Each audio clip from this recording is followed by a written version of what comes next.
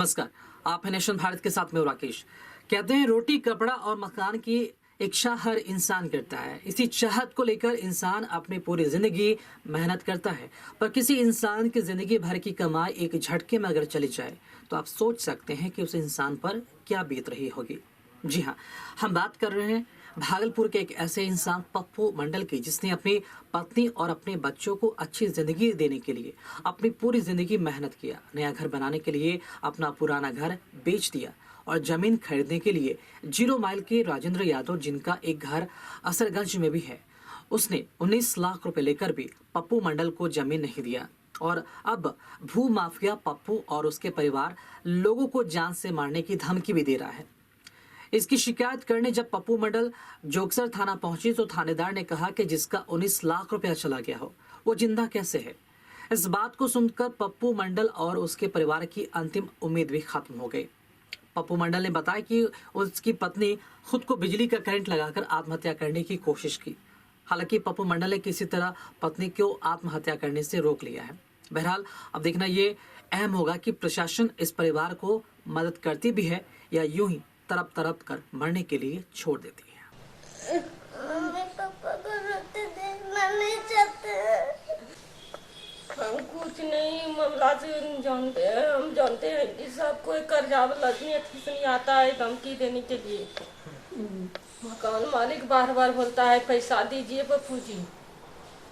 हम सुन के जो है लगता है कि क्या करेंगे जिंदगी में रह के। लगता है कि करंट चुके मर जाएंगे। कंप्लेन किए हैं 21,70,000 में बात हुआ था, जिसमें हमको 8 लाख ही खाता पर मिले। वो पैसा हम निकाल करके घर में रखे। उसके बाद दुकान का सारा चावल एजेंसी का पैसा रखे और मैंने मुद्रा लोन भी लिया हूँ स्टेट बैंक से 2 लाख रुपया बेच करके सारा पैसा रखे थे। और हमको पुरानी मित्रता थी राजेंद्र यादव से, वो आए बोला कि आप घर जमीन खरीदिएगा तो कुछ मेरे पास अलीगंज में जमीन है वो आपको दे देंगे। उन्होंने 1 लाख रुपया चेक हमको लिया हमसे, वो दूसरे को दिलवाया, किसको पैसा उसका एग्रीमेंट करवा लिए। वो अपने नाम से मेरे नाम से कोई एग्रीमेंट नहीं करवाया। एक दिन वो अचानक 4-5 दिन बाद आए, बोला कि पप्पू जी आज हमको बेटा से वो झंझट हो गया है, आपके यहाँ ठहरेंगे। और हम बीमार चल रहे थे उस समय, पत्नी थी बच्चे थे, वो जो है वो रख लिए, उनको खाना पीना खिला के सुलाए, रात में सोए और बोले कि सवेरे जो है आपको पैसा हमको दे दीजिए। जमीन 2 कट्ठा आपको जो है 6 लाख रुपया कट्ठा से आपको जरबियाना करवा देंगे, पत्नी को बुला के रजिस्ट्री करवा देंगे। हम उनका जमीन लेने के लिए इनकार किए कि 1 लाख रुपया पहले का मेरा लिया गया है और दूसरा फिर पैसा मांग रहे हैं। हम जमीन लेने के लिए इनकार किए कि हमको चावल गिरवाना है, दुकान में बच्चा का स्कूल का पैसा गिरा हुआ है, अब बच्चे पढ़ेंगे। वो जो है राते में 4 बजे भोर पैसा लेके निकल जाता है सर। उसमें 18,95,000 रुपया था, 1 लाख रुपया का चेक लिया, 19 लाख का 20 लाख का मामला है। अब उसको कॉल करते हैं, वो फोन उसका स्विच ऑफ है। बेटा को फोन किए, बेटा बोले कि हम इस मैटर में नहीं जानते हैं, पापा हमसे नहीं बोलते हैं, वास्ते हैं आप जानिए, हमको कुछ कहिएगा तो आपको खंजरपुर में मेरा कोई आदमी है उससे उठवा लेंगे दुकान पर से। और अभी जो है 23 तारीख को आज इधर घटना है। हम उस समय आला अधिकारी को लिखित दिए, जोगसर थाना को लिखित दिए। जोगसर थाना वाला हमको बोले कि जिसका 19 लाख रुपया चोरी हो जाएगा वो जिंदा रहेगा, अभी तक तो मर जाना था सर। अब हम फिर उसको बाद होकर के कोर्ट में केस किए। कोर्ट लॉकडाउन में बंद हो जाता है। 23 तारीख को मेरे पास दुकानदार में ग्राहक के रूप में आदमी आते हैं और जो है सामान पैकिंग करवा के फिर जो है बैंक के अकाउंट मांगते हैं।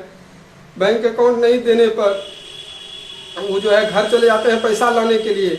1 घंटा बाद आते हैं 3 आदमी के साथ और बच्चे पत्नी को धमकी देके चले जाते हैं। फोन नंबर बोर्ड से ले करके और फोन पर हमको कहते हैं कि 10 लाख रुपया ले करके लोधीपुर बगीचा में चले आओ। अब बताइए कि हम क्या करें नहीं करें, कैसे बाजार जाए सामान लाएं, बच्चे को कैसे पढ़ाएं। धमकी मिलता है मार देने की, कहाँ मार देगा।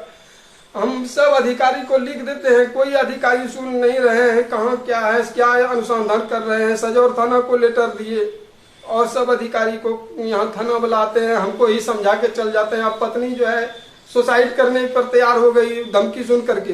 तो प्रशासन का ये गैर जिम्मेदाराना बयान आपने सुना, किस तरह पुलिस ने उनकी जख्मों पर नमक रगड़ा। प्रशासन पुलिस का काम होता है कि लोगों को न्याय दिलाए, लेकिन यहाँ पर पुलिस का रोल कुछ अलग होता नजर आ रहा है। प्रशासन से उम्मीद करते हैं कि पप्पू मंडल उनके पूरे परिवार को इंसाफ दिया जाए और जो भी उनके साथ बेईमानी हुई है, जो भी उनके साथ नाइंसाफ़ी हुई है, उसे इंसाफ दिया जाए। और पुलिस प्रशासन का यही काम है कि लॉ एंड ऑर्डर को बनाए रखना, और प्रशासन अपने जिम्मेदारी से भाग नहीं सकती है। फिलहाल खबरों में अपडेट बने रहने के लिए आप देखते रहें नेशन भारत। साथ ही हमारे वीडियोस को लाइक करें, शेयर करें और हमारे चैनल को सब्सक्राइब करना ना भूलें। नमस्कार।